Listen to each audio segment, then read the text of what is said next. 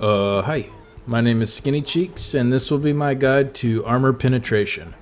We'll go over all the sources of penetration, including abilities, enchants, gear sets, and so on.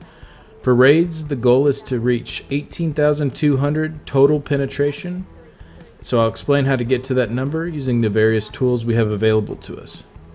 First off, I'll show how the different pieces fit together. We have Major Fracture and Breach, which gives 5280 pen. Minor Fracture and Breach gives 1320. Roar of Alkosh, 3010. Infused Crusher Enchant with Taurugs, 2740 or 2108 without Taurugs. And that leaves the DPS the responsibility to bring 5850 pen through CP, weapons, gear, passives, or Mundus. Please note, if you are a DPS, you will have to make up the penetration lost if any of the first four are missing.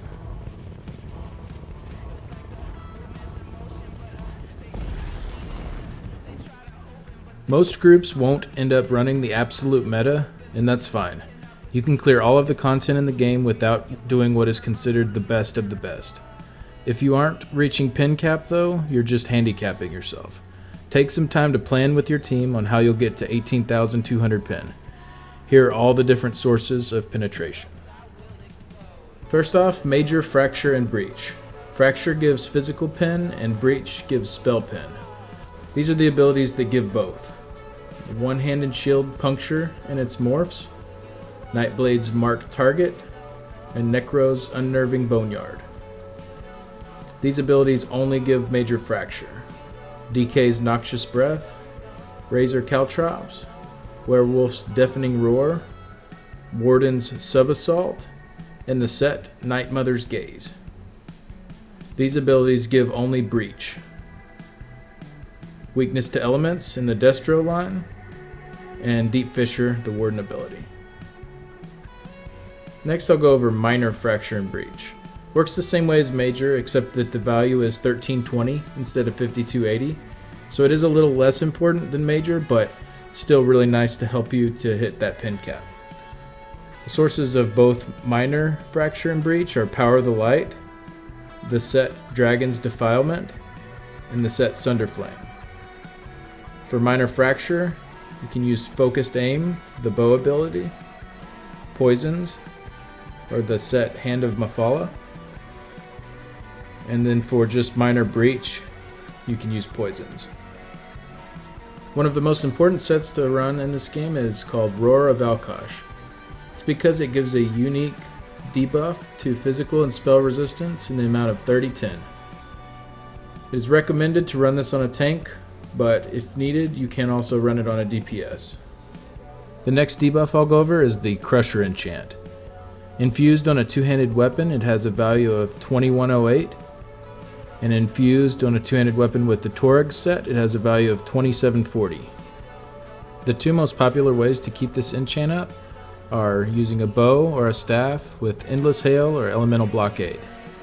Those abilities will keep the enchant up for 15 seconds at a time. Definitely make sure you're using a two-handed weapon and not a one-handed weapon with this enchant, as one-handed weapons get their values cut in half. If you don't have Taurugs going in group, it's not the end of the world, but definitely make sure you have a two-hander with an infused crushing enchant on it. So finally, provided you had all the previous debuffs, this leaves the DPS with the responsibility to bring 5850 pen. You can achieve this through CP, weapons, your Mundus, gear, and passives. And I'll go over those now. For CP nodes, you have one for physical and one for spell penetration. For weapons, you have the Sharpened trait. For Mundus Stones, you have the Lover. And for passives, you have the Necromancer, who gets 1500 physical and spell penetration. For spell only, you have the Light Armor passive. And you have the following sets: Auroran's Thunder, Flame Blossom, Icy Conjurer, New Moon Acolyte, Perfect Wild Impulse, and Spinners. For physical, you have these sets: Drozakar's Claws, Krog, Perfect Radial Uppercut, Spriggans, Twice-Fanged Serpent, Zogvin's Warband, and Unfathomable Darkness. There are also a few unique debuffs to resists that take off a percentage of the remaining resist after other debuffs have already been applied. It works this way with Nightblade's Surprise Attack, the Two-Handed Maul, and with the Destro ability passive Penetrating Magic.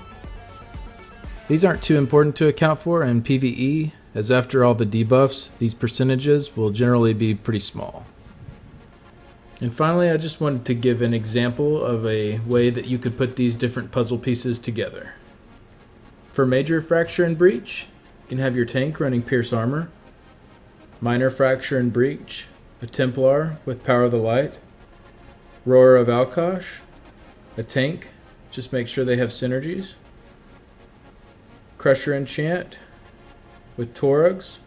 This can go on a tank or a healer on a Destro Staff backbar. If you're a Magicka DPS and you have the previous debuffs, due to your light armor passives, you only need about 10 points into your penetration CP in order to surpass the penetration cap. If you're a Magicka Necromancer, your class passives combined with the light armor passives are enough alone to surpass the pen cap.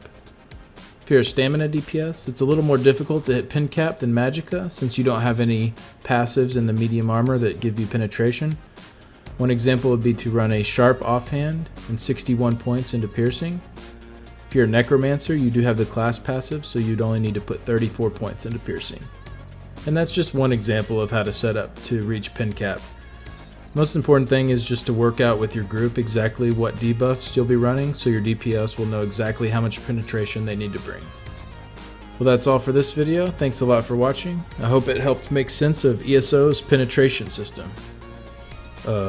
Bye.